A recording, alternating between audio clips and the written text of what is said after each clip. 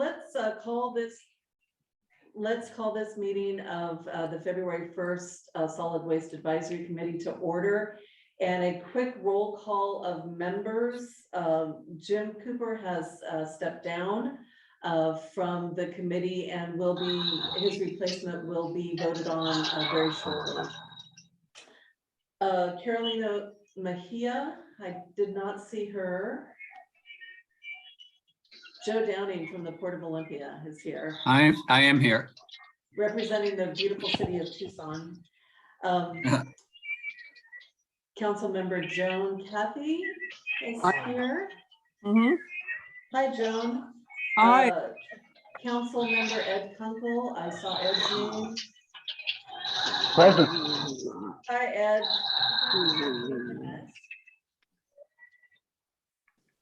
Yeah, I'm present.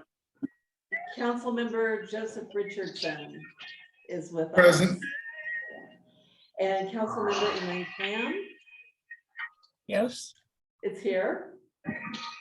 And we have Mayor Robert Gordon from the town of Bucota. Yep. And Greg Schoenbachler is excused. Richard Moon, representing District 2, is here. Delroy Cox, I do not see Delroy this morning. Chad Sutter, representing Industry, is here. Hi, Chad. Hi, I'm here. David Nightingale is excused today, and Laura Busby from the Department of Ecology. Is Laura here? I didn't see her. Okay. We do have a quorum. Has everybody had a chance to take a look at our agenda for today?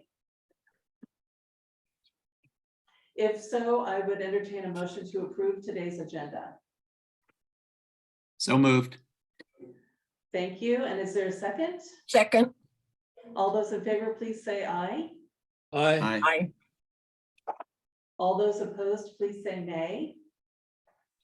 Okay, we have an agenda. Have you all had a chance to take a look at our minutes from our last meeting? And if so, do I hear a motion? So moved. Approve the minutes as submitted. Thank you. I think we have a first and a second. Thank you, Councilmember Kathy and Richard. All those in favor, please say aye. Aye. Aye. And all those opposed, nay. I'll abstain. And that was, Robert Gordon, I was not in the last meeting. oh, you weren't in the, thank you, Robert. Very good. Do we have any public comments this week? Renee, do you mind if I add a little something first? You can. We did skip the introduction of guests by when I was going Oh, to. I'm so sorry. I was just moving on along. Sorry. Okay, so let me go with staff first. So Yeah, thanks, of course, Jeff. we have Jennifer Walker, our director. In your room right there next to you, we have Amanda Romero and Ayla Turnquist. And I can't tell, is there anybody else in there? No, Okay. it's just us. Let's see, then we have Dean Benning. And from Public Health, Social Services, we have Chris Hawkins, I see is here. Good morning, folks.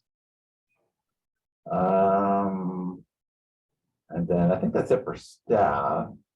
And then from I'm staff. oh, Rebecca, oh, there we go. Sorry, Rebecca. Didn't see me on your. I'm trying to go through all the pictures and make sure. I'm Rebecca Harvey. I'm the Climate Mitigation Senior Program Manager in the Office of County Commissioners. Hi, everyone. And then for the public, it looks like we have Ron Jones, Olympia. Jones, City of Olympia staff, thank you. Steve Gilmore, Steve Gilmore, Republic Services. Nick Harbert, Morning, everyone. Nick Harbert with Waste Management. Gary Franks.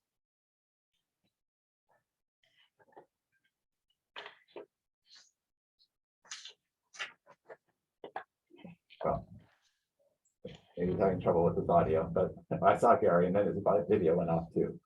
Okay, he's also from City of Olympia. And Aaron Robertson. Yeah, I'm here today. Representing, LeMay. there we go. And I believe, did I miss anybody? Is that it? Okay, very good. Thank you. Thanks, Sorry for the Jeff. interruption. Thank you, Jeff. I appreciate you jumping in, and my mistake for going so quickly through that piece. Do we have any public comments this month? If so, just go ahead and raise your hand and we'll do our best to recognize you. I'm not seeing any hands, although there is something in the chat.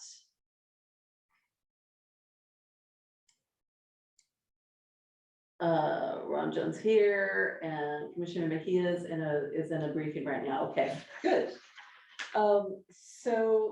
I don't believe we have any old business, so we'll move on to new business and take a look at our work plan for this year. Have you all had a chance to review that work plan? And if so, do we have any additions that you'd like to add?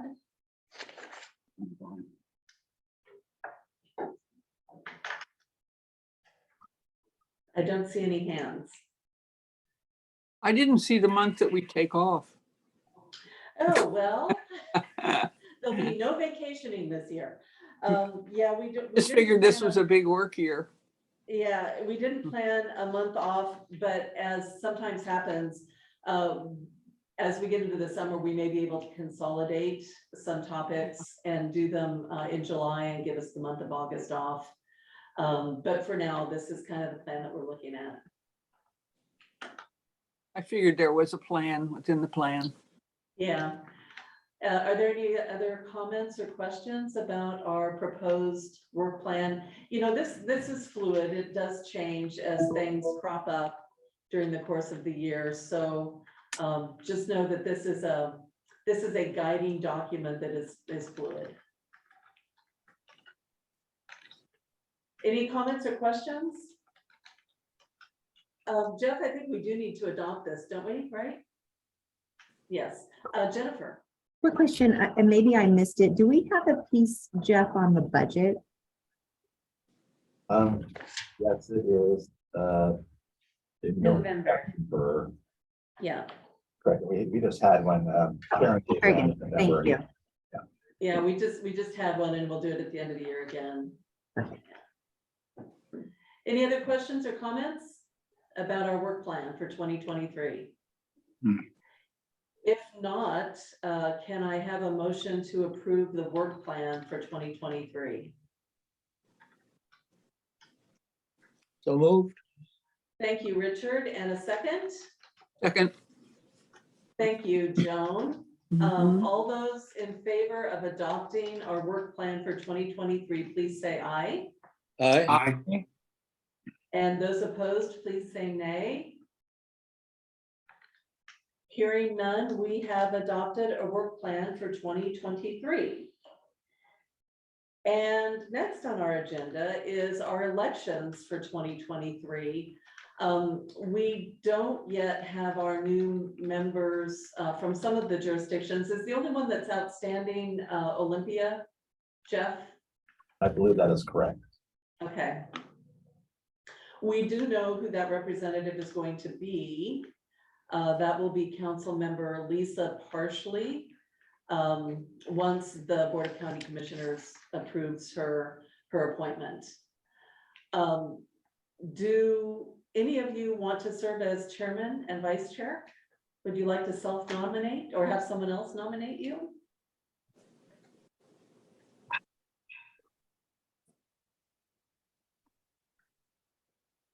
Oh, you're so quiet. Do we have any nominations for chair?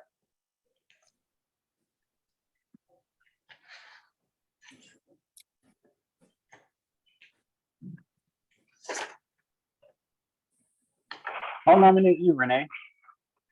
Thanks, Ed. Let's take well, first of all, are there any more nominations for chair?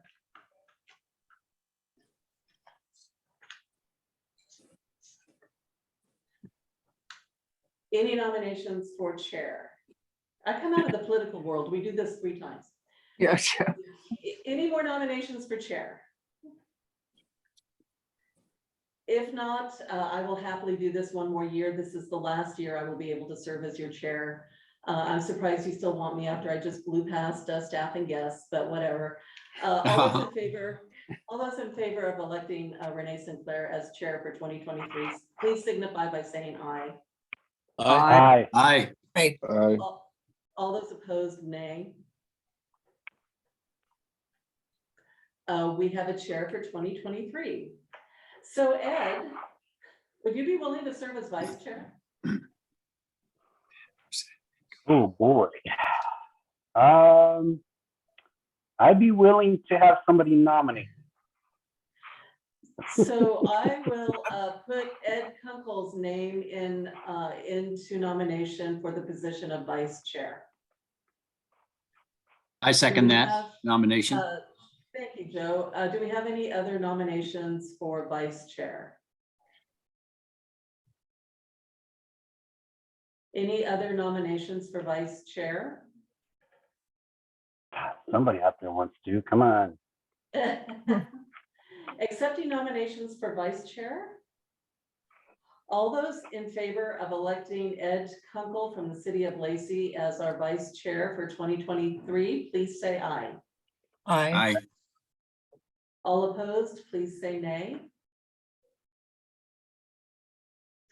Ed, you are our vice chair. Congratulations. All right. Thank you, I think. Yeah. It's a fairly easy gig. Staff does all the work. We are now down to our work solar development proposal. Rebecca. Good morning, everyone. I have a few slides here. Let me get them up. One sec here. Can you see my slides? Yes. Okay, trying to. So, thank you for the introduction, the opportunity to present today. I'm the Climate Mitigation Senior Program Manager.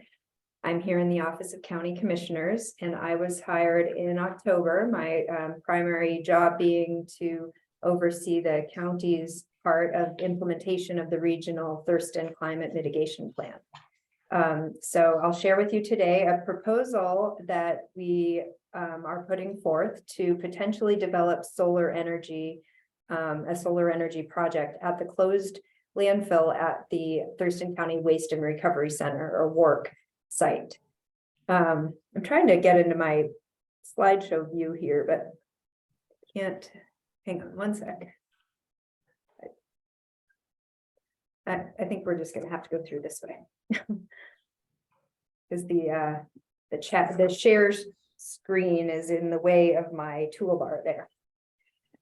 Fun technology. So, okay, so as you all probably know, the WARC landfill was closed in 2000 and is subject to continual monitoring. I understand through 2030, there's robust monitoring of the site as per regulations. That after 2030, it's less so, but will be, continually monitored as it needs to be for years into the future.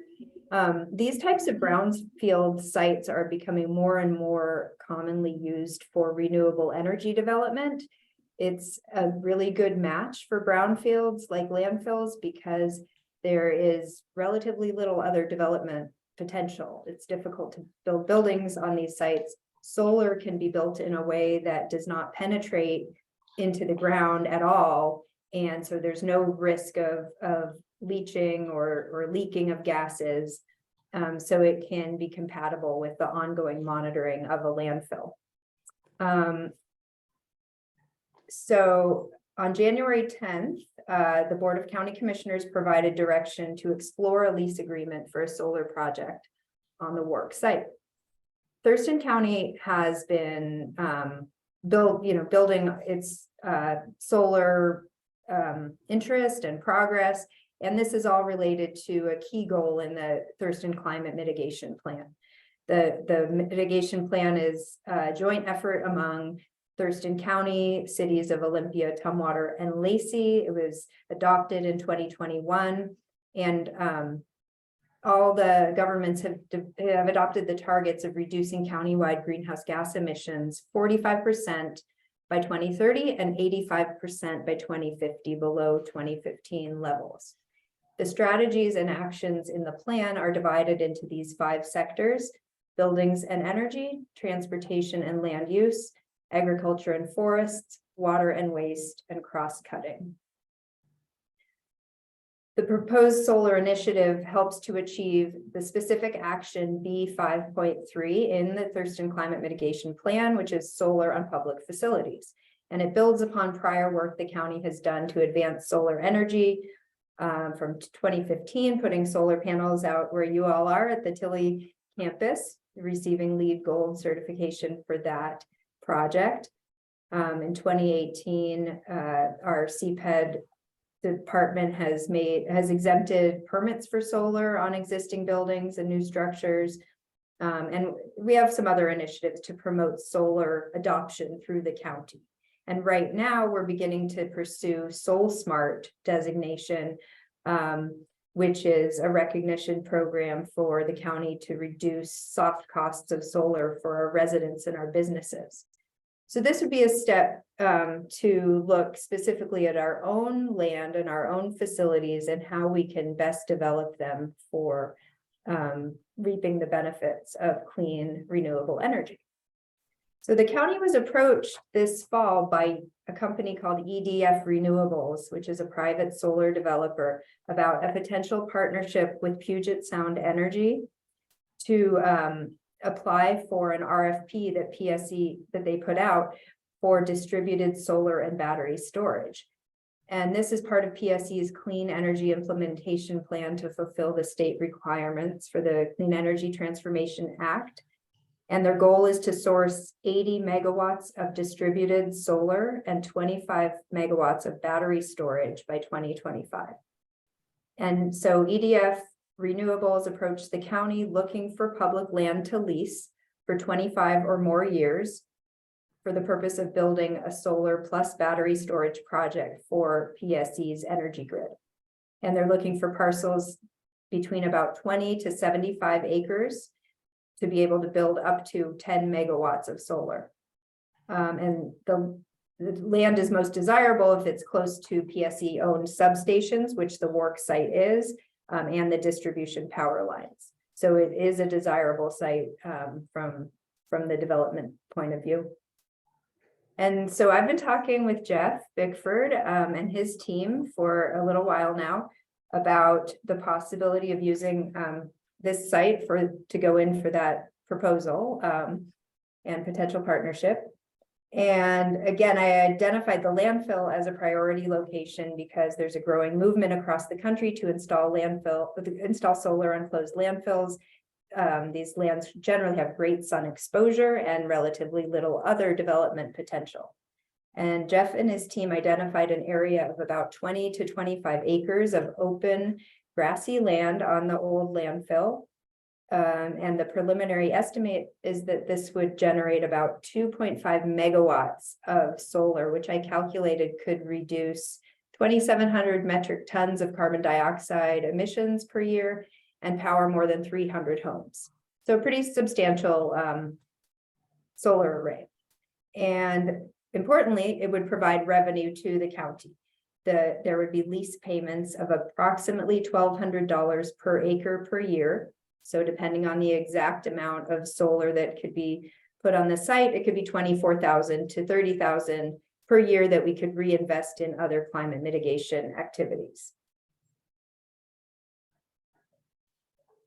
There are many benefits, talked about some of these already. Of course, the revenue to the county, generating clean and reliable electricity to help meet the county and the state's climate mitigation goals. Repurposing vacant land with limited development potential. The project could create an estimated 60 to 90 jobs during an 8-month construction phase, and these would pay a prevailing wage and provide other economic benefits such as local contracting opportunities. Adding solar to the electric grid helps reduce costs and price volatility that is associated with fossil fuels. And it would place little to no demand on local infrastructure or services, and would have a low visual profile and quiet operations to preserve the rural open space character of the area. So where are we currently? As I mentioned, I presented this proposal to the Board of County Commissioners on January 10th and received approval to move forward with exploring a potential lease agreement with the solar developer in partnership with Puget Sound Energy. Currently, we are beginning to look into the specifics of a potential lease agreement. And of course, we're finding that the devil is in the details.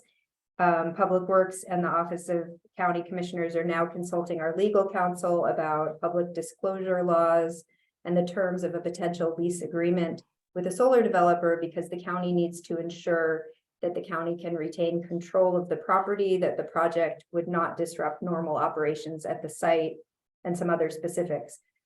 So if we are able to move forward with it in time for PSC's proposal deadline on March 17th, and if the project were then accepted by PSC, then the agreement would be executed at the end of 2023 with potential work beginning in 2024. If we are unable to make the deadline, with the lease negotiations by that time, then this is still good work we're doing now to learn, and there will be other opportunities the county can look at other options for partnering with PSE, or possibly owning the array, or other ways of financing and ownership of the solar array in the future. So I will stop there, and thank you for having me and letting me share this project. I'll be happy to take any questions. Thanks. Does anyone have questions or comments for Rebecca? I have a question. Yes, This is Joan. Yeah, I believe I read on one of the slides that it said it would provide electricity to Thurston County residents. Is that a general statement, or would it be just for people who live in the county? That's a general statement. It would go into PSE's electrical grid, so it would provide electricity to all, as part of the overall mix of electricity in the electrical grid to all of the customers of PSE.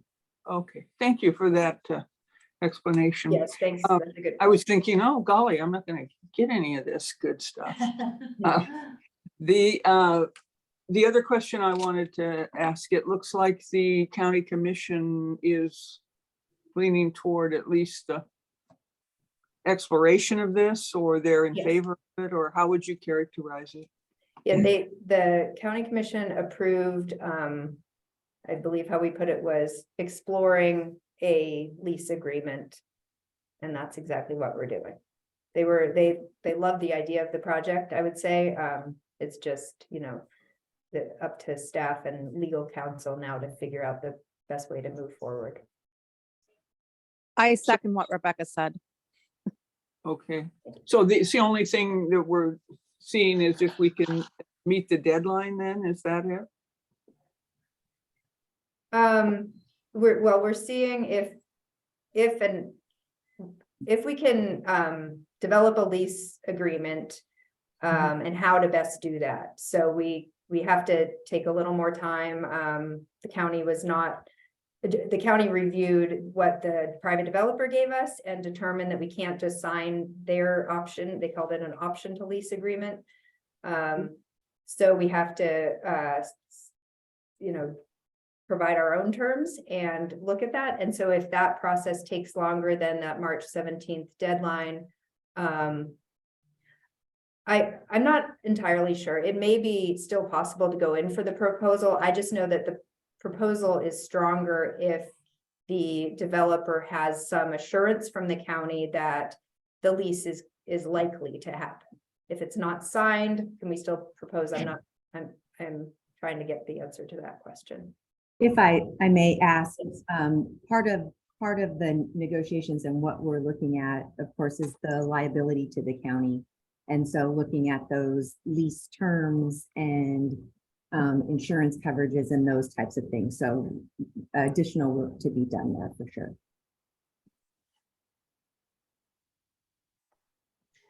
Any other questions or thoughts to share with See a Rebecca? few hands raised. Joseph? Yeah, I heard a comment about, there was on this 127 acres, as far as my understanding, with the 2.5 megawatts. You said it was enough to power about 300 homes? Yes, I calculated that on, EPA has a greenhouse gas equivalency calculator. Mm-hmm. So that's. And is that's that, an estimate. is that annually? Yes, Okay, so that's to power 300 homes annually, that amount. I really do think it's remarkable to utilizing Okay. the work and Thank you. the lease. That seems like a good way to utilize land that's been filled already to put some solar panels on it to produce more energy. Just wanted to make sure that the acreage is being utilized. You know, I don't know, I'm new to all this, the solar power, how much it can produce, and are we utilizing the acreage in a proficient way to supply enough energy? And you said 300 homes annually, and I guess that's what I'll take with me. Yeah, but that's a good usage, I think. yeah, we have received from the developer a very preliminary site plan of what it would look like and where the panels will go, and they look at the topography of the site, so they can't use, you know, slopes that are too steep, and, you know, trying to limit it or, you know, maximize as much land that can be used. And it's estimated about 23 or 25 acres that might be usable. Oh. Richard? Yeah, I think this is a wonderful project, and I attended your presentation to the county commissioners and was really pleased to see their enthusiasm for this as well. And they raised the question about, you know, what about doing similar and smaller projects around the county in a variety of different areas. And I believe the response was that, you know, this is a beginning step, but yes, you're considering all of those sorts of things. And I'm wondering if among your considerations, you're thinking about solar panels over parking lots, like the park and ride at the work, or at the port, or at the airport, or any other county parking facilities or structures. Those are smaller scale projects, but they have the benefit of providing shade in the summertime and a little bit of protection in the wintertime for just the users of the parking lots. So just wondering if you're looking at sort of a broad range of projects, or pretty much sticking with these larger lease type agreements. Yeah, that is a question that we've looked at and talked about with staff, and the economics are very different of the solar carports. They are more expensive because you build the complete structure. And so it was advised, we actually asked that about this specific project, and it was advised to not roll it into this same proposal if we do put in this proposal, because it would change the average you know, the cost for the energy that PSE would be paying to the developer. So it would be a separate standalone project if we were to do it, and it would just be something we need to look into the economics of, because they are a bit more expensive in an area like Washington where there can be snow load on the top of the carports. So yeah, but I think it's a great idea with multiple benefits that we will keep on the table as we look at multiple facilities in the county. Great, thank you. Sure. Joe, did you have a question? Yes, I did. Thank you. A quick question. On this slide in front of us, the project size is 20 plus acres, but the parcel size is 127. So that just happens to be the size of the parcel, but they would only lease closer to 20. Yes. Is that okay? Yes, there's a lot of uses of this site currently that Jeff and his team could list for you. But what if we move forward with this project, they would fence in that specific area. That's approximately what's highlighted here or outlined here in green. Okay, thank you. Steve? Yep. Is there a question? I see Steve's hand raised. Yeah, so actually more of a comment. This is an exciting project and I really appreciate Thurston County doing this. You're exactly right that landfills are becoming, we have several closed landfills that have large solar projects. I know Waste Management does as well. It's a great use of space. And it just is a great idea. Republic is also very willing to work with the county as we move forward with the work configuration as well as the South Transfer Station to transition to all EV vehicles at the transfer stations. With the technology, the way that it's progressing right now, we should be able to transfer most of the front loaders and other equipment to EV as we look to reconfigure and adjust those projects. So looking forward to working with the county on that. And I think we're all on the same page that EV is the future and really excited about that. That's fantastic. Madam Chairman, Chairwoman, I would like to make a comment. Yes. Okay, Go ahead, I just want to second and say amen to what has been said here and go on record as one of the members of this council that thinks that this is a very good idea, big step for us in the right direction. And I really like what Richard said about continuing to look into other options. I really like, I've seen those projects, the parking lot type things, and I hope we keep that high on our list and keep looking toward that. So this is, I'm very positive about all the things we've talked about here. Thank you for that, Joan. Are there any other comments or questions for Rebecca? Yeah, I have one more. I just wanted to Yes. clarify what Joe Downing had mentioned about the 20 plus acres. So just for clarification, so it's not the 127 acres that produce the 300, the Power 300 homes. All we're really needing is like 20 acres. Oh, wow. Okay. That makes more sense. That's more efficient.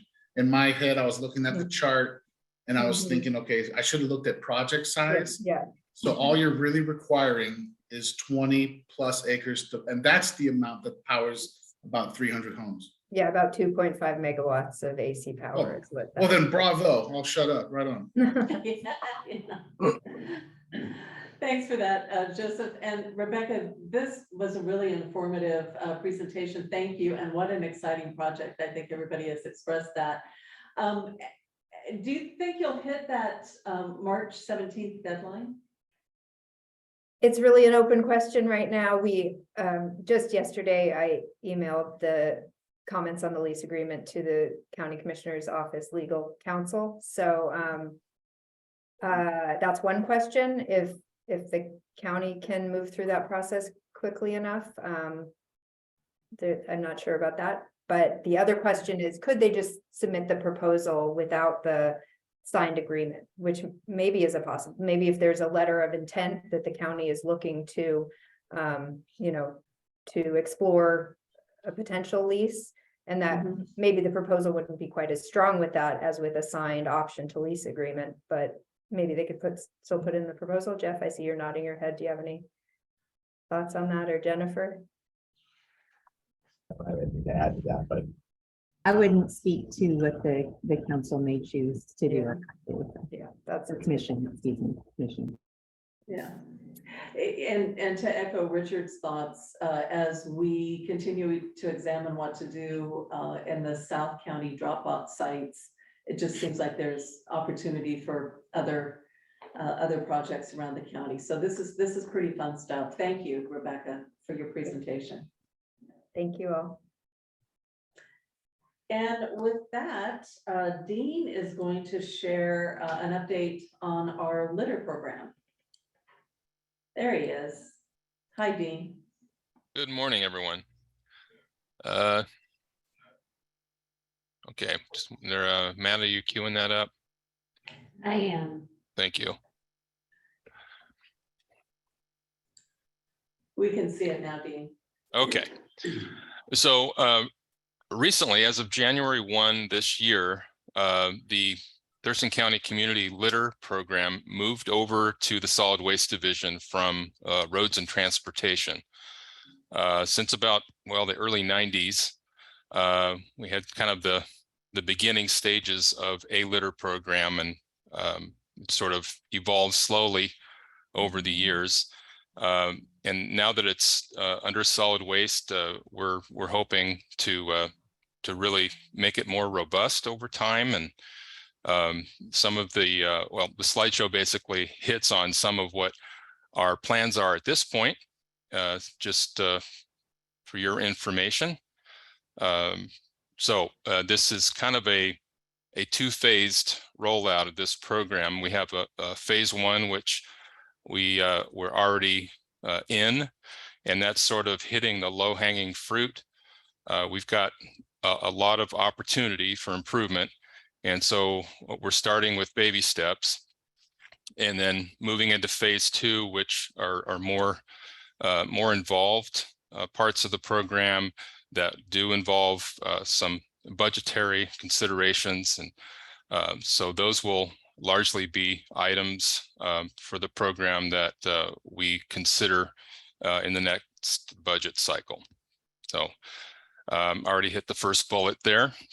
And second, so the litter program here in Thurston County, like most counties in the state, are partially funded by the Department of Ecology. And our current program is no different. And it's also funded through roads and solid waste. So it's kind of a three-part funding model. Next slide.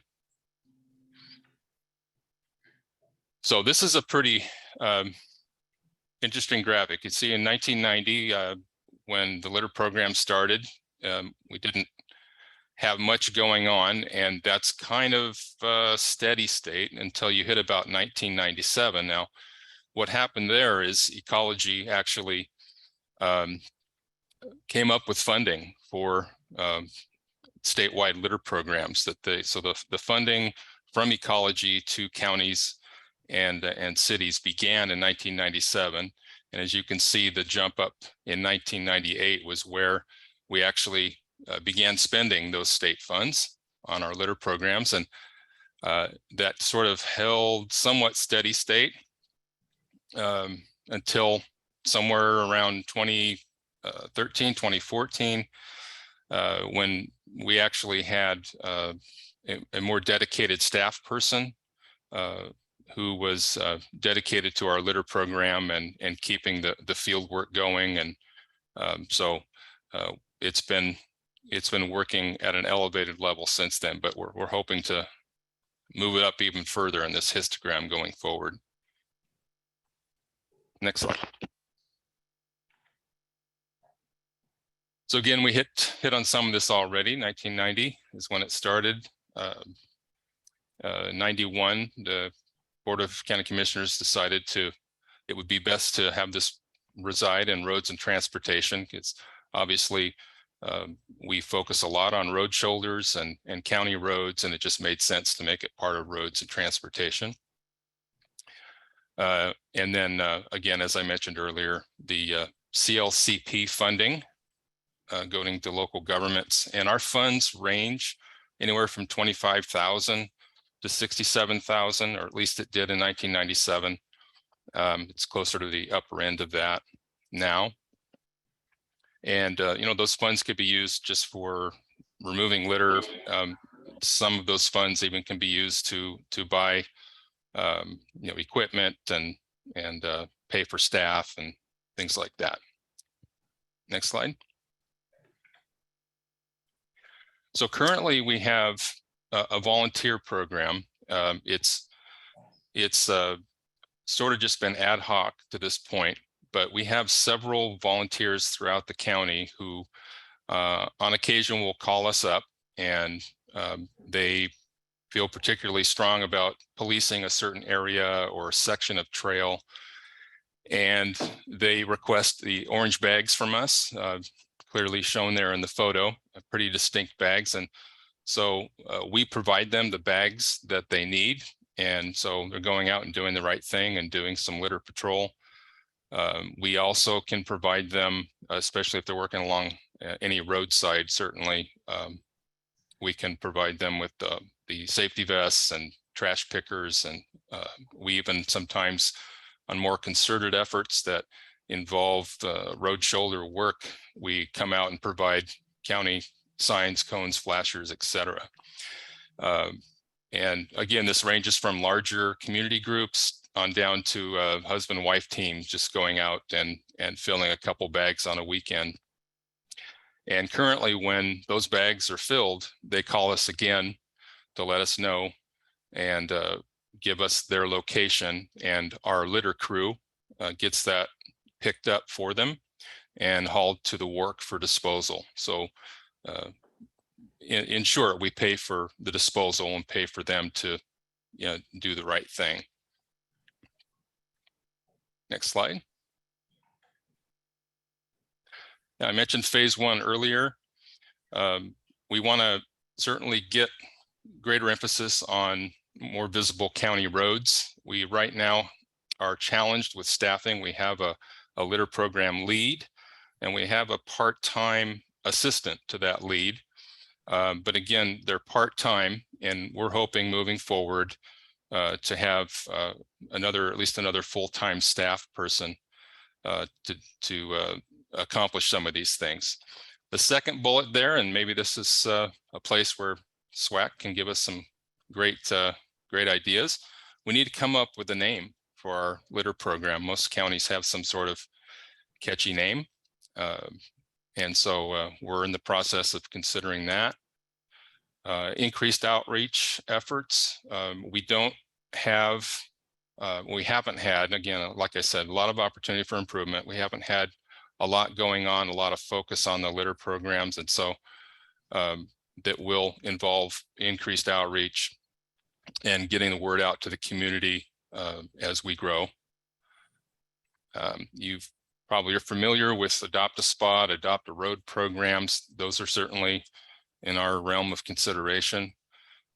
Partnership opportunities with local cities and nonprofits. Those, in my previous experience, work wonderfully. And of course, always on the lookout for state funding sources for our program. One quick aside, I did pick this photo on this slide purposefully because as I was looking into kind of what our litter program should look like, or thoughts about how we should operate, I tried to go out nationally and kind of get the best of the best. And that kind of led me into the international world and looking at litter surveys in other countries. And it's amazing to me, but the demographic that litters the most is the same. No matter what country you go to, it's pretty consistently the same. Would anybody out there want to venture a guess on what that demographic might be? Soccer moms. No, it's Young people. Excuse me? Young people. You got it. That's much closer. Yeah, and males 18 to 26. Huh. And that's no different no matter where you go. It's consistent over time if you look at litter surveys over time. So there's a real opportunity to target a certain demographic there. That, as everybody I'm sure understands, that's a tough one to target. But that's the reality, and a lot of the surveys asked questions of young males, and one of the questions was how they felt about litter, and most of them had found littering very offensive, but found that what if I had some trash and a garbage can was full nearby, and I just left my trash near the can, not in the can? They thought that was just fine. So technically, yes, this is still litter, but again, like I said before, we have some work to do. Next slide. So Dean, we do have a question in chat about how much volume per year is brought into the wharf for disposal. Yes, Amanda, could you go back to slide 2 or 3? And I Yeah, have through 2021, and along the x-axis on the left there, that's it. That's pounds of trash. And again, we would expect that to jump up fairly significantly as we move forward and get some more staffing budgeted and get a little more organization to the program. Thanks for going back to that slide, Dean. We do have a couple of folks with their hands up. I can't see who they are, so if your hand is up, just go ahead and throw your question out. I do have a quick question. I don't know, maybe it's just a curious question. I know at least at one point, the DOT required volunteers who are going to do litter pickup required to see their vaccination status. Is the county doing that too, by just out of curiosity? I'm not aware of our litter crew being required to do that, but I can tell you that they are outfitted with absolutely everything they would need in terms of personal protection. We actually have specialized gloves that are puncture proof, and we have protocols for how to pick up sharps when they come upon them. Good. That was my only question. Thank you. Thanks, Ed. And is there another question out there? Well, I think Dean kind of answered my question, because when we picked up trash here, we had come across sharps, and that you basically said it right there. If they got puncture-proof gloves and special tools for sharps, that answered my question. So thank you, Dean. Great. Thanks. I have a question. Yes, go ahead. In fact, I have a couple come. First of all, I have a question about, are the bags that you're handing out to people or that you're using in this program, the plastic bags, are they disposable? Those orange bags? Yes, it's a really kind of thick, heavy mill plastic, and they're only 22, 24 gallon bags. As we know, any bigger than that, they can actually, be so heavy that it's hard to get them in the truck. So they're purposely small, but yeah, they're all disposable. Good. Great. I have another question. The money that you said that comes in, which wasn't very much, it seemed like, that you had a range there, and used the words that this could be used for local communities. So are you hoping to get more money that can be passed on to cities that are doing this? And along with that, have you reached out to cities that have these programs going? Tumwater has quite an active Adopt a Road type of program. That's a great question. Yeah, no, we have not done that yet. That's certainly in our phase 1 plans. I want to see what's going on out there locally, and I definitely will need to do that in order to establish those partnerships that I think are so important. So yeah, and like you said, we have different times of the year, different groups come. Church groups have that as one of their annual things that they do, and like you say, we outfit them and they go out. So I think there's some real partnership possibilities in this program. So the money that you have access to is just for your work, not any of that would pass through to the quote community, which would be cities. Well, no, not through us, but certainly cities of certain sizes and above have access to those same funds from ecology directly. They, like, you apply for it like a grant or something? Yeah, it's very simple. It's kind of a non-competitive grant process. That's a good, And I think that we should have a crew. I don't know what we would call it, but I think we need to have a crew of young males ages 18 to 20. And we should have we should have them help us with this. So that's another name within the big name we're gonna come up with, and they can sign up for that crew. Yeah, No. I would love that. Okay. Hey, one other thing I'll mention here too, this volunteer program where they fill the bags, we come out, pick them up, dispose of them. You know, that's probably not the most efficient use of time for these crews. And so we are looking, this is down the road a ways, but you know, sometime in the future, we will be doing a rate study and looking at tipping fees, and there'll be some changes that come from that likely at the work. And I'd like to, in previous counties I've worked, we have a program where these folks that are doing the litter patrols can actually bring those bags. It usually only works if they're self-haulers, but bring those bags to any one of our facilities and we take them for free. And so in cases like that, then that would save our crews from having to take care of that. So we'll be working on things like that to help make this more efficient and that. So could I ask one more thing?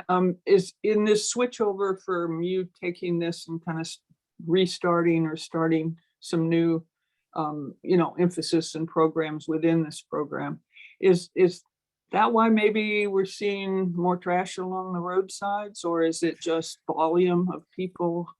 One of the terrible places I see periodically are on-ramps and things like that are really. Yeah, bad. no, I don't think there's no correlation there, but yeah, the infamous on-ramp, off-ramp is the Slater Kenny area there. One off-ramp or one on-ramp is actually City of Olympia, and the other one is county. And so we just focus on the one that's county, but there's certain areas that, yeah, that are definitely red areas that we almost always expect to see tires and mattresses and the like. Yeah.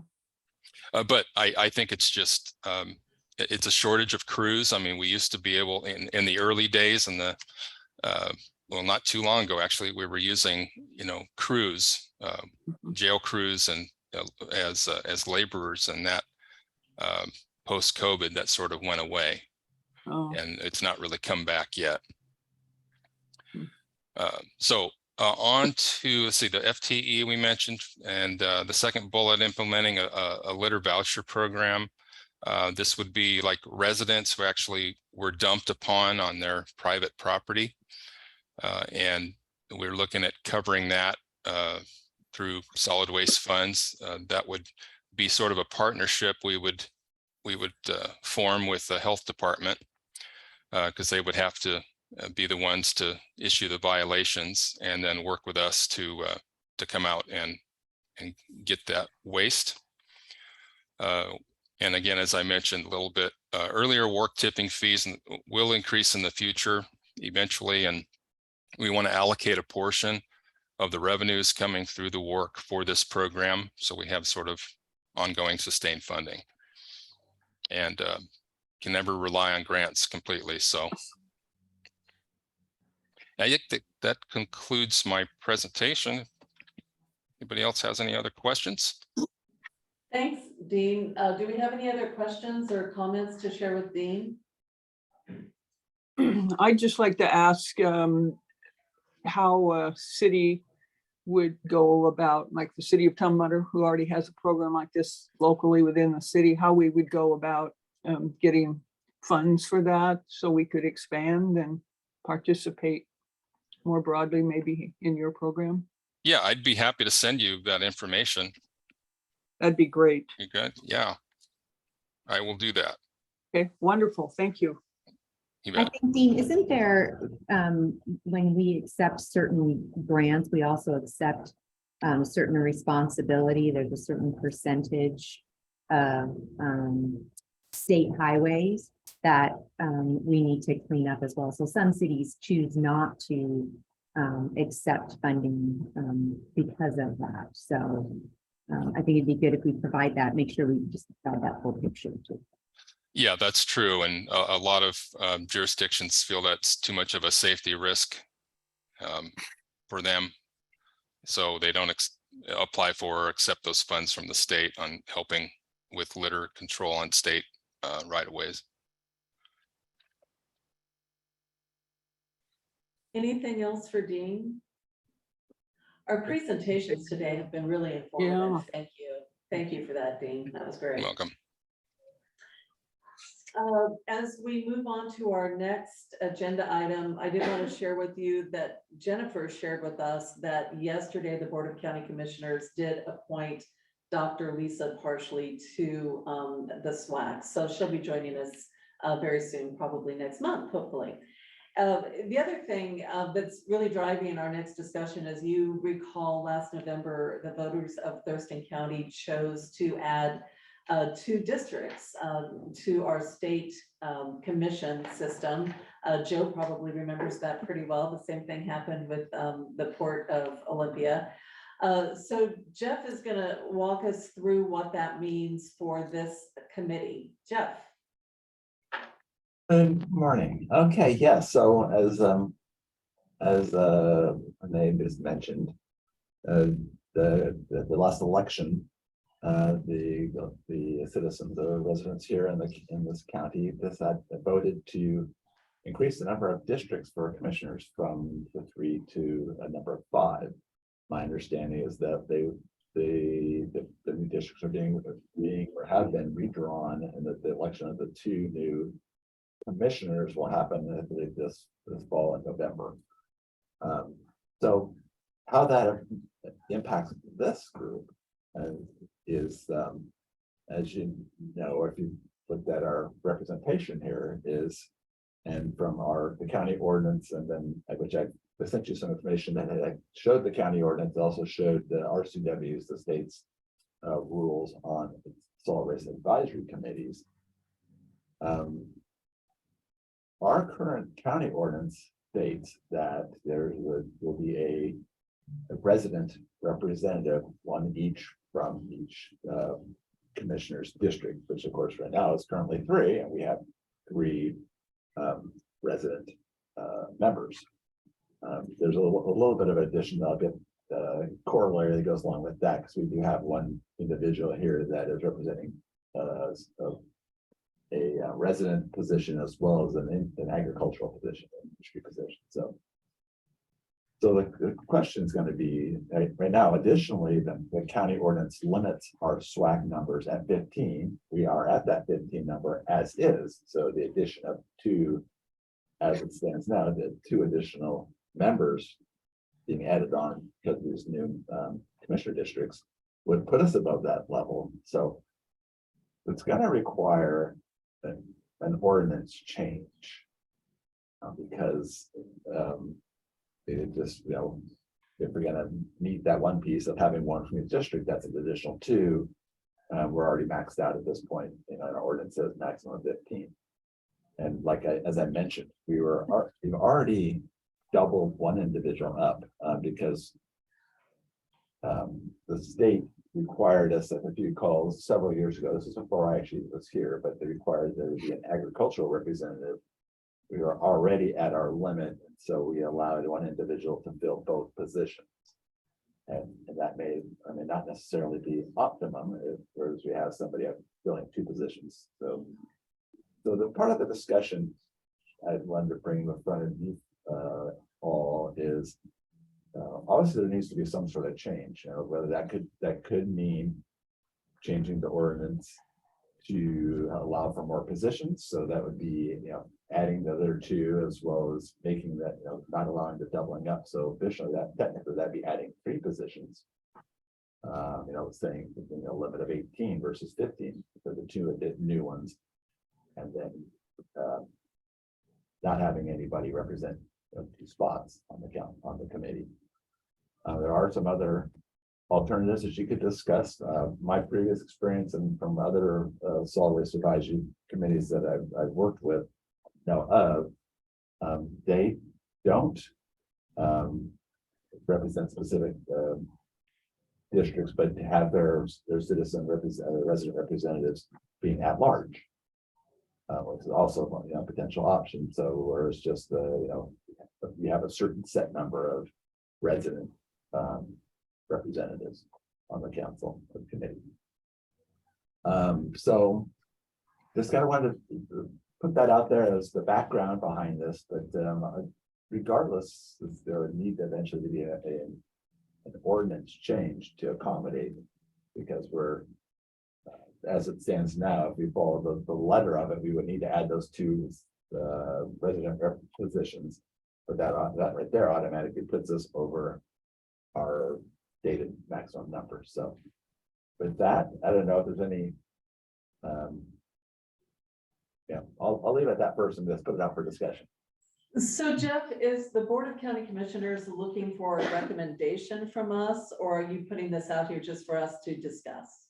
This is kind of first step. Basically looking is just laying out, here's the situation that's going to demand some sort of change. But I wanted to get feedback from this group initially to see where, and eventually I would imagine that the county commissioners would want to have feedback to those groups specifically on this. So I'm not necessarily asking for a recommendation today, but I just wanted to we have time, but I wanted to begin the discussion. And if I heard you correctly, our options are to increase our membership by 2, much as the county commission is increasing their membership by 2, or we could choose to have our currently 3 citizen representatives represent the entire county at large, as opposed to one of the districts. Is that accurate?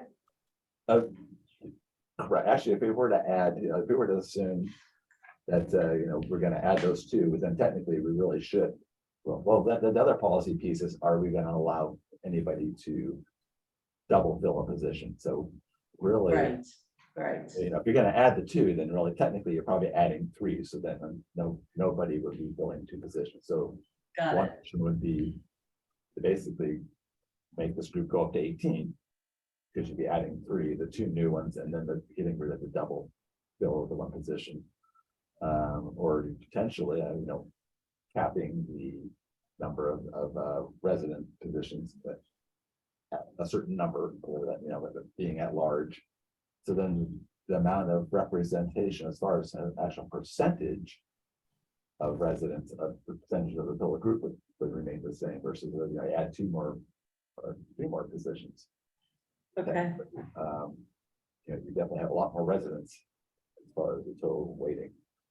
As you know, the more individuals you get in the group, it could get more unwieldy potentially. I previously managed another SWAC in a different county, a different state, that had 22 members at one point in time. It was very challenging. We actually, that Board of Commissioners dropped it to 16 just because to make it more manageable. So it's one of the things to consider. So again, I would put it out there for discussion among the group to see what you feel. If you have any thoughts? Any thoughts on that? Joan? Yeah. Well, you're one of the people from represents the county, correct, Renee? Yeah. I represent District 3. Yeah. District 3, but yeah, it's like I represent the city of Tumwater, but I also represent the county I'm in and how it relates to my city. I think the county would be well served with 3 at-large people. And I don't know if each commissioner is wanting my person in my district. We don't know that at this point, but it seems like you being on here with the county, about what's going on, quote, in the county, not just in District 3. And you also know some of the things going on in Tumwater, because that's in your district. I think we just need to depend more on, I don't think we need more people. Maybe we need some discussion about how we represent, or I would not think the county needed 5 representatives on the board and a county commissioner. But that's just my take. I think there's a more efficient way that we can do it, and maybe what you're tasked with, Renee. I don't know what your job description is, but maybe the three of people who are from the county could understand their representation. Yeah, Greg isn't here today. Richard is here today. He represents District 2. I just speaking from my experience, and I've been on this committee a long time now. When I walk through these doors, I don't really think about the district that I'm appointed to represent. I think about the county as a whole. And the only time I really think about my district, and this is a terrible thing to admit, but the only time I really think about that is when I'm going back for a reappointment. And then that appointment comes from the commissioner who has been elected from my district. So, you know, I don't think we can talk about any of these issues and not think about the whole county. So I'd be curious what Richard's take is on that. But that's sort of the way I think about it. Oh, my first, oh, I'm sorry, you're up first. No, go ahead, Richard. Yeah. Go ahead, Richard. Oh, I was originally going to ask Jeff, and he pretty well explained it, at least from my perspective, but it seemed to me like shared responsibility was the way, at least for the short term, to go, and exactly how we divvy that up probably needs to wait until we know exactly what the various districts are going to be. But you know, as you were saying, I mean, I view this as a county whole issue. Whenever I'm here, I sometimes wonder if I'm adequately representing my district, particularly when we're talking about shifting the drop-off sites farther to the west. And is that going to leave my southeast residents in an awkward position? But at least it seems to me like until we know better what the demands are, that finding appropriate sharing of responsibility across the 5 districts would be best. I also wonder if we go to a 5-commissioner basis, if they have strong feelings about wanting a representative to match their district, or if shared districts are fine with them. Thank you for that, Richard. Joe.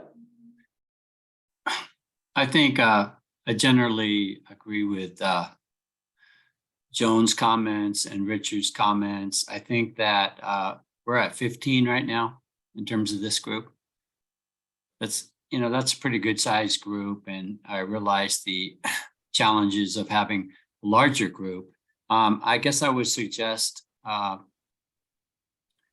you know, at another meeting, 1 or 2 meetings down the road here, just have a list or have a presentation on, you know, what the charter says for this group and who the members and who's being represented. And then we have a better sense if we want to make any other changes. But I generally agree that 3 representatives from the county seems like a lot, but I want to look at it. I'd like to look at it a little bit more globally. And, you know, if we do make a change to, I can't remember the term that Jeff uses, not a charter, but a document that specifies what we do, that, you know, that change is representative of all the changes we'd like to make. We have to remember it's actually 4 representatives from this county. Yeah, that is a great suggestion. And staff did send around a short issue brief, which is very helpful to take a look at. But that's a great idea, Joe. Thank you for that. Any other discussion about this topic? I know it's going to come back to us at some point. So we've planted the seed today of conversation. If there are no other comments, we will move on to the service transition update about the work. But before we do that, you may have noticed in the comments, or maybe that was just to us, Steve Gilmore is looking to coordinate a visit out to the Roosevelt landfill area again. And if you have not taken that trip, it's really educational. It's been several years since I've done it now, but I've just learned so much and it's a great opportunity. I'm not gonna kid you, it's a bit of a trek out there. It's an all-day adventure, but really worth the time to just see what they're doing out there, to manage a very large operation that touches land, air, and water. Really an interesting field trip if you can take the day to do it. Steve. Yeah, we would love to have as many folks as possible to attend. The last time that we did a SWAC tour, I believe that we had a bus.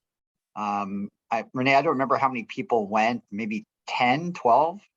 Oh, at least 12, and yeah, at least 12, I would say. And it's really not that bad of a drive.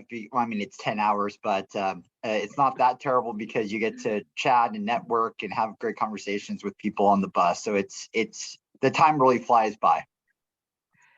And well worth the trip. Okay, Jeff, you are up. All right, and I might even tap Steve a little bit on this particular item. So this is related to this an update on the transition. As you know, we'll have a new solid waste contract that starts on May 1st. And officially, so Republic Services will be taking over the full operations of the Waste and Recovery Center here, as well as providing staff and hauling from our 2 drop-off sites. Managing the organics, and then of course hauling all of our waste and all of those recyclables, and hauling those all off site. So since the contract was signed back in about May of last year, there's been this transition plan that was prepared and submitted by Republic that we've been working with them on. We're meeting monthly to just basically make sure that things are progressing, except for obviously there's a big takeover on May 1 where Waste Connections will be working up till the day before, and then they'll bug out on April 30th, and Republic will take over the following day. So I'm just going to give you some updates on how things are going. That actually the operations plans and all the health and safety plan and all the other associated planning documents that were prepared this last fall and approved. So we basically have got that all in place. That comes in handy for us as we are assisting and responsible for applying for our permit, the solid waste permit with Public Health and Social Services. So it's kind of a transition. So we'll be applying for January through April will be with Waste Connections being the operator, and then of course May 1st on being Republic being the operator. And they operate slightly differently on certain things that they do. They have been active in equipment acquisition ever since the contract has been signed, but we actually have 2 of the front end loaders are already on site. One got delivered late last week, actually, I think it was Friday. So the equipment is starting to show up. So we have a staging area here that as the equipment that they've been procuring is ready, that we have an area that we're letting them drop those and have those stored here. The grinder, I understand, for the organics area is supposed to show up, I believe, in April. I think that's correct. So they are also active in getting ready for recruiting people to work here. I know they have some lines on some individuals, the higher levels, and so they're working to make sure that they have the full amount of people that they need to staff up when they take over. So let's see, we are planning a full facility conditional walkthrough as part of our permit, or part of our contract, I'm sorry. It will happen in April, and what this is prior to them taking over, is we will go through all of our facilities, both the work as well as the Rochester drop boxes, taking video, doing condition assessments on all of the equipment, all the facilities, all the infrastructure. Basically using that basically as a it's the base case. So at the end of the agreement, whenever that's out a ways, is that you can compare, what it was like when you started taking over operations. So if there needs to be maintenance or repairs to get it back to that condition. At the end of a contract, that we basically have it very well documented what it looked like at the beginning of the contract. So that's coming up in April. Let's see, I talked about that already. I've been out to Brady Trucking a number of times over the last 6 months. Their composting building is virtually complete. They're just finishing up the pouring of the floor, I believe, this week. They have the air, all the piping and everything for the air, aeration system is all in. They're getting their stormwater and leachate lagoons done here in the next month. And they will be ready to receive the material, because all the organics that will be collected will be going to them beginning May 1st as well. So they are looking good.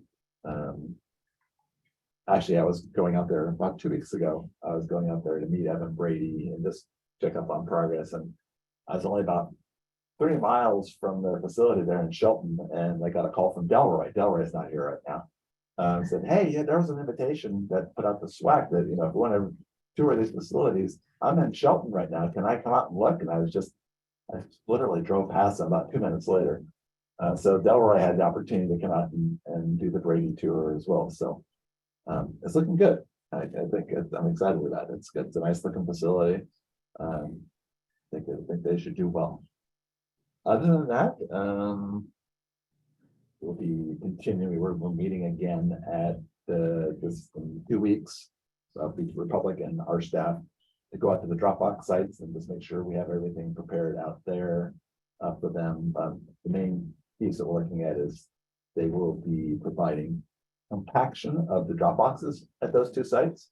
So what they'll basically have is they'll have either a backhoe or an excavator that they're committing to each of those 2 sites, and then as they get initially full to the top, they haul the box over, tamp it down with a backhoe bucket from the top, and then they can move it back so you can continue to put more waste in it.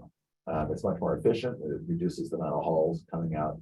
We did this as a test and pilot case at Rainier for a period of time, but that hasn't been happening for a while now. But we're going to be going back to that because it'll definitely reduce the number of hauls and less times where we're just full. So that'll be good. So that's going on here shortly. We're looking, making sure we have the locations for it, build up those locations to site that equipment. So we're just kind of wanting to give you an update on how that's going. Where I think it's moving along. We should be ready to rumble. They should be ready to rumble May 1st. Steve, do you have anything to add to that? Yeah, so Jeff, we definitely have our monthly meeting that we always have scheduled, but we always seem to be doing, a couple each week. So we're definitely communicating often and frequently. Internally, we are having 4 or 5 internal meetings each week. And Wes Davis, who is on the call, he's our project manager as well. And I think he has his hand raised as well. So Wes, if you want to jump into any additional comments that you might have. Yeah. Hey, everybody. I just want to introduce myself. I am Wes Davis. I'm the behind the scenes guy making this all happen from our end as the project manager for Republic Services. And just want to echo everything Jeff just said. We are absolutely on track with everything. We've been joined at the hip since I came aboard to make this startup happen, this transition as smooth as possible. And in fact, I'm out on the field today. We're getting another wheel loader today, Jeff, just so you know. So we're right on track for equipment and people. And once we have those things, everything else falls right into place. So thank you all. Yeah, That is great news. Thank you, Wes. And nice to meet you, Wes.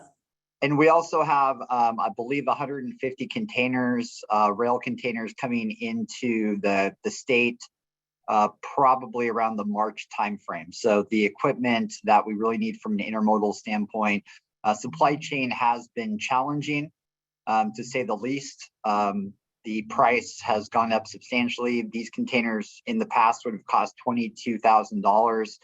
Now they're costing us anywhere between $40,000 to $45,000 per container. So pricing has gone up substantially. So, Wes and his team has been just incredible, tracking down equipment and finding ways to make all this come together. So it's looking good. Very excited. Thanks for that, guys. Do we have any questions for Jeff, Steve, or Wes while we have all three of them here with us? Any questions or comments about the transition out of the work? If not, Jeff, you are up again. Right, and I'm gonna try to fly on these because we only have 6 minutes. Yeah. Some updates. The first one is the compost procurement ordinance that you all looked at and considered and made a recommendation for. Yesterday, the public hearing was in front of the board yesterday at 3:30. And there was, interestingly, there was no for or against comments. So basically at the end of the public hearing, the commissioners approved the ordinance. So it is done. So now that the part comes where we will be doing the tracking, that we have to, the department will have to track and do and getting the information ready. So that, because we have to do biannual reporting. So, and so we'll be working with both Public Works and Central Services staff on looking at their projects and making, and making sure that when the opportunity, they need to use compost, that they're doing that. So anyway, again, that the ordinance is now in place. So good news. I have to check that one off the list, I guess. So Laura, I'm sure I see she came with it on board, so we can check that one off with ecology.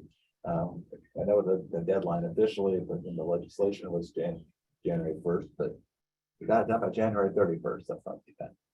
Congratulations. We're happy.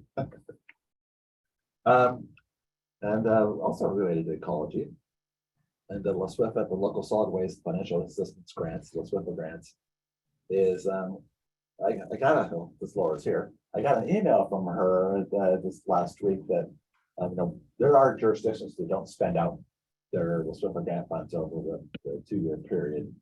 So some of that is handed back in as that we don't have an exact number yet, but that we will be re-awarded some additional LaSwift funding that we'll have to use before June 30th. It's in the neighborhood of 150,000 plus, probably. We don't have the exact number just yet, but we will continue to utilize that for our moderate risk waste, both our labor as well as the hauling costs, disposal costs for materials out of the hazard house. We had previously gotten 300,000 in this buy-in. Towards that, we spent that out. Also, we had much more expenses than 300. So this will be another additional amount of dollars that will help to decrease our total expenses out of hazard house. So anyway, that was good news. Is more money. More money is good news, right? Education outreach recruiting. I think last month we got Keith, our new supervisor, was introduced. I believe he spoke to you all. You introduced at last month's meeting. We now have 2 new additional education outreach, 2 individuals that have just been hired. One starts February 6th, and the other starts February 16th. So we are almost, with just now 1 person short of having full staff back in our education and outreach group, which would be good because all we had was Rob Pudner for a while. So we've got kind of decimated a bunch of folks and individuals left. So that's good news. The mulch program that we have had here out at the work for quite the number of years. Yesterday was the final day, and we read the manager's report that I mailed out last month. They talked about it ending on January 31st. We had to end it really, and we did end it because of safety and liability concerns related to the program. Safety from the perspective of the customers and the types of vehicles and the working around out in that parking lot. And the liability concerns being issues with it was just raw material that was ground. And then put over there as mulch. However, you know, there's potentially viable weed seeds, viable noxious weed seeds. There's no chemical testing on it, so if you don't think they're ground up or it's, I mean, you don't know what you're getting per se. So we decided to go ahead and bring that to a close. So yesterday we had a education outreach for the last month of January. We let people know, and we had a run on the place over the weekend. We put a bunch out and they cleaned it out, but basically that program no longer exists as of today. And lastly, and I'll take questions on any of these here in a second, but lastly is I was informed on Friday from DART, who is the styrofoam recycling company here in Tumwater. And they're the ones who take the styrofoam that's dropped off here before. They are closing down their facility as of February 28th. So we got notified that we're looking at what other options might be out there. I had a meeting with a company up in Kent. But what's well likely happen, I can't say for sure, that program will likely be suspended as of February 28th because DART will no longer accept it. My understanding is that the materials that they had that they generated were typically used to create products that are now no longer allowed because of the state law on the reduction of styrofoam creation. So they're not able to make the items that are now no longer, you know, allowed. So they're pulling up, and I believe they're moved to another location. So just a heads up that the styrofoam recycling likely will be suspended at the end of this month. So we're going to continue to work to see what else other options might be out there, but that will probably take a little bit of time because it's very short notice to hear this. So, and we're actually over. I don't know if anybody has a real quick question. I hope we get you on that. Any questions for Jeff? I don't see any hands. I promised Jennifer we'd do a real quick read on the group. How is the OWL working for you? Is it better than what we've been doing in the past? What do you think? I see a thumbs up from Joseph. Thank you. Thumbs up from Richard. Okay, Amanda, you can report that we're doing okay. Great, thanks everyone. Thank you so much for joining us, and we will see you 4 weeks from today on March 1st. Thanks, everybody. Thanks, See you. everybody. Thank you. Thank you.